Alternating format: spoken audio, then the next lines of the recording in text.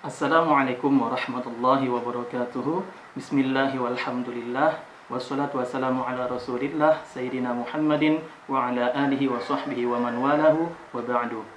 Ahlan wa sahlan bihadaratikum fi qanat Mazilba wa ma'akum Lukman Hardiansyah. Lafal atau tulisan Arab memiliki komponen penyusun mulai dari yang terkecil hingga menjadi susunan kalimat yang utuh. Jika dalam bahasa Indonesia, komponen tersebut dimulai dari huruf, kata, dan kalimat. Lalu bagaimana dalam membentuk lafal Arab? Tanpa berlama-lama lagi, mari kita bahas satu persatu.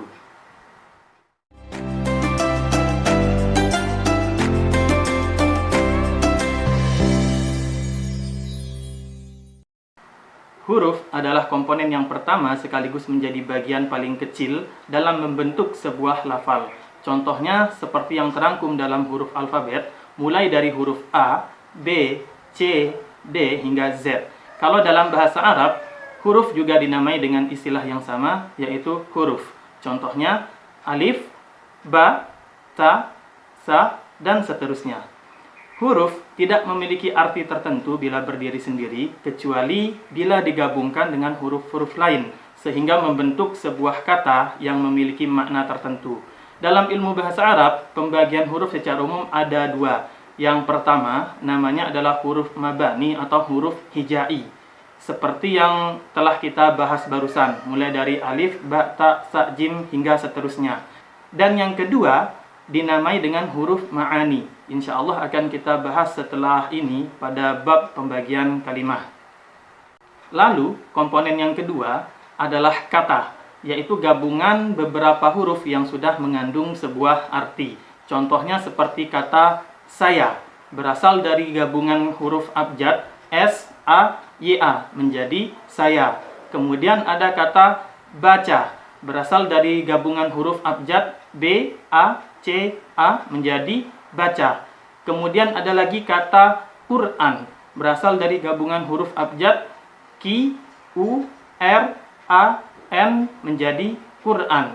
Sedangkan dalam bahasa Arab, istilah kata disebut dengan kalimah. Contohnya, ada kalimah ana memiliki arti saya, berasal dari susunan beberapa huruf hijaiyah. Ada kalimah aqra'u memiliki arti baca, berasal dari susunan beberapa huruf hijaiyah. Ada lagi kalimah al-Qur'ana memiliki arti Quran, berasal dari susunan beberapa huruf hijaiyah.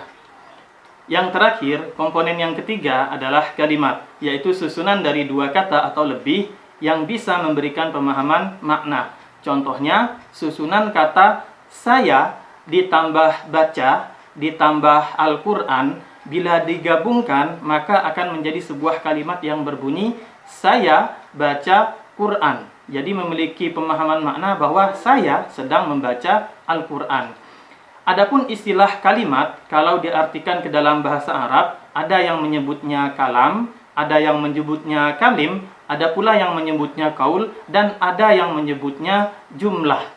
Contohnya, ana aqra'u al-Qur'ana. Ana aqra'u al-Qur'ana. Ana aqra'ul Qur'ana adalah terjemahan dari saya baca Quran. Ana merupakan sebuah kalimah, aqra'u merupakan sebuah kalimah, dan al-Qur'ana juga merupakan sebuah kalimah. Gabungan dari tiga kalimat tersebut jika disusun dengan benar, maka akan membentuk yang namanya kalam atau jumlah, yang dalam bahasa Indonesia kita kenal dengan istilah kalimat. Dari istilah kalam, kalim, qaul, dan jumlah, yang keempatnya adalah istilah untuk penyebutan kalimat dalam bahasa Arab. Sebenarnya ada persamaan sekaligus perbedaan secara definitif. Namun pada kesempatan ini saya rasa belum perlu kita bahas lebih dalam, karena mungkin saja akan membingungkan teman-teman yang masih ada di fase awal belajar bahasa Arab. Adapun kalau di lingkup pendidikan madrasah, penyebutan kalimat dalam bahasa Arab lebih sering menggunakan istilah jumlah. Jadi, kesimpulan sementara untuk materi barusan, sebuah lafal atau tulisan terbentuk dari tiga komponen, yaitu huruf, kata, dan kalimat. Sedangkan dalam bahasa Arab, huruf memiliki penyebutan yang sama, yaitu huruf. Sedangkan kata dalam bahasa Arab disebut dengan kalimah. Adapun kalimat dalam bahasa Arab disebut dengan kalam atau jumlah. Selanjutnya kita akan membahas pembagian kalimah dan cara mengidentifikasinya. Kalimah dalam bahasa Arab dibagi menjadi 3, yaitu isim, fi'il, dan huruf. Isim adalah kalimah yang menunjukkan arti benda, seperti manusia, hewan, tumbuhan, benda mati, tempat, dan lain sebagainya. Atau bisa juga menunjukkan arti sifat, seperti gagah, cantik, tinggi, cepat, dan semacamnya. Adapun fi'il adalah kalimah yang menunjukkan pada arti kerja, yang berkaitan dengan waktu lampau, sekarang, dan akan datang. Sedangkan huruf adalah kalimah yang tidak memiliki makna yang sempurna bila tidak bergandengan dengan kalimah yang lain. Setelah mengetahui bahwa kalimah itu cuma ada 3, lalu bagaimana cara mengidentifikasi atau mengetahui kalau kalimah tersebut adalah termasuk kategori isim, atau fi'il, atau huruf? Untuk mengetahuinya, maka perlu kita bahas caranya satu persatu. Kita awali dahulu dengan bagaimana mengetahui kalimah isim, yaitu melalui 2 cara. Yang pertama, dengan mengetahui artinya. Kalau ada kalimah tertentu yang menunjukkan arti benda atau menunjukkan arti sifat, pasti itu termasuk isim. Contohnya, masjidun menunjukkan arti benda, yang berarti masjid. Kemudian ada kata kabirun menunjukkan arti sifat, yang berarti besar. Maka dari itu, menghafal mufradat atau kosakata sebanyak mungkin sangat penting dalam konsistensi proses belajar bahasa Arab. Semisal ada yang bertanya, bagaimana kita mengetahui kalau jenis kalimah itu adalah isim, sedangkan kita tidak mengetahui artinya? Maka kita bisa menggunakan cara yang kedua, yaitu dengan mengenali tanda-tandanya. Apa saja tanda-tanda isim? 1. Bisa dimasuki tanwin. Saya ulangi, bisa dimasuki tanwin di akhir kalimahnya. Contohnya, qolamun, mun, qolaman, man, dan qolamin, min. Atau bisa dimasuki alif lam di awal kalimahnya. Contoh, al-qolamu, al. Al-qolama, al. Al-qolami, al. Kenapa saya mengatakan tanwin atau alif lam, bukannya tanwin dan alif lam? Karena isim hanya boleh dimasuki salah satunya saja. Tidak boleh dimasuki tanwin dan alif lam sekaligus dalam satu kalimah. Kemudian tanda yang kedua, bisa dimasuki oleh huruf jar di awal kalimahnya. Huruf jar diantaranya min, ila, an, ala, fi, rubba, bi, ka, li. Contohnya, minal baiti, min, ilal madrasati, ila, fil fasli, fi. Maka kalimah al-baiti, al-madrasati, dan al-fasli adalah kalimah isim karena di depannya terdapat huruf jar. Kemudian tanda yang ketiga bisa dimasuki oleh huruf qasam atau huruf sumpah. Huruf qasam diantaranya wawu, ba, dan ta. Contoh ketika masuk pada kalimah isim seperti wallahi, billahi, tallahi. Ketiga contoh tersebut memiliki arti yang sama, yaitu demi Allah. Sekarang kita lanjutkan membahas kalimah fi'il. Untuk mengidentifikasi atau mengetahui kalimah fi'il, caranya juga ada 2. Yang pertama, dengan mengetahui artinya. Kalau ada kalimah tertentu yang menunjukkan arti kerja yang terikat dengan waktu, maka kalimah tersebut termasuk fi'il. Contoh, kataba, telah menulis. Yaktubu, sedang menulis atau akan menulis. Uktub, tulislah. Cara yang kedua yaitu dengan mengenali tanda-tandanya. Apa saja tanda-tanda fi'il? 1. Bisa dimasuki oleh qad di awal kalimahnya. Contoh pada lafal qad qamatis sholatu.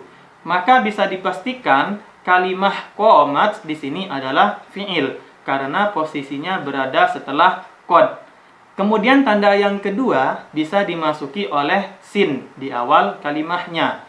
Contoh pada potongan ayat, sayaqulus sufaha'u. Kata yaqulu di sini adalah fi'il karena didahului oleh huruf sin. Lalu tanda yang ketiga bisa dimasuki oleh saufa di awal kalimahnya. Contoh pada potongan ayat, saufa ta'lamuna. Maka di sini untuk kalimah ta'lamuna adalah fi'il karena posisinya berada setelah saufa. Tanda yang keempat bisa dimasuki oleh tak ta'nis sukun atau tak ta'nis mati di akhir kalimahnya. Kalau orang Melayu biasa bilang tak yang berbentuk seperti sampan. Contohnya qomat Zainabun. Kata qomat di sini adalah fi'il karena di akhir kalimahnya ada tak ta'nis yang berharokat sukun. Kemudian pembahasan yang terakhir adalah kalimat huruf. Jika di menit-menit awal video ini sempat kita bahas tentang huruf mabani atau huruf hijai seperti alif, ba, ta, sa, jim, dan seterusnya, maka pada bahasan pembagian kalimat yang dimaksud huruf di sini adalah huruf-huruf yang termasuk golongan dari huruf ma'ani, yaitu susunan huruf yang sudah berbentuk kalimat atau sudah berdiri sendiri sebagai satu kalimat namun belum memiliki makna yang sempurna bila tidak bergandengan dengan kalimat yang lain. Yang termasuk huruf ma'ani diantaranya adalah huruf jar dan huruf qasam. Jadi kalimat huruf tidak mempunyai tanda khusus dan bilangannya pun terbatas. Maka untuk mengidentifikasi atau mengetahui kalimat huruf adalah yang paling mudah bila dibandingkan saat kita mengidentifikasi kalimat isim dan kalimat fi'il, yaitu cukup dengan cara menghafalnya saja. Atau setiap kalimat yang tidak memiliki tanda-tanda isim atau tanda-tanda fi'il, maka bisa dipastikan bahwa kalimat tersebut adalah huruf. Gimana teman-teman? Sampai di sini masih lumayan mudah kan? Kalau masih ada yang belum dipahami dari materi ini, silahkan sampaikan di kolom komentar ya. Saya sangat merekomendasikan di fase awal belajar bahasa Arab untuk beberapa istilah yang telah kita bahas pada video ini, seperti istilah jumlah, kalimah, isim, fi'il, dan huruf. Itu semua wajib dihafal dan dipahami dulu ya, agar memudahkan teman-teman dalam memahami pelajaran di fase selanjutnya. Bila dirasa perlu untuk mencatat, maka silakan mencatat. Sekian dulu untuk materi di video ini. Sampai jumpa di video selanjutnya, insya Allah. Semoga bermanfaat. Wassalamualaikum warahmatullahi wabarakatuh.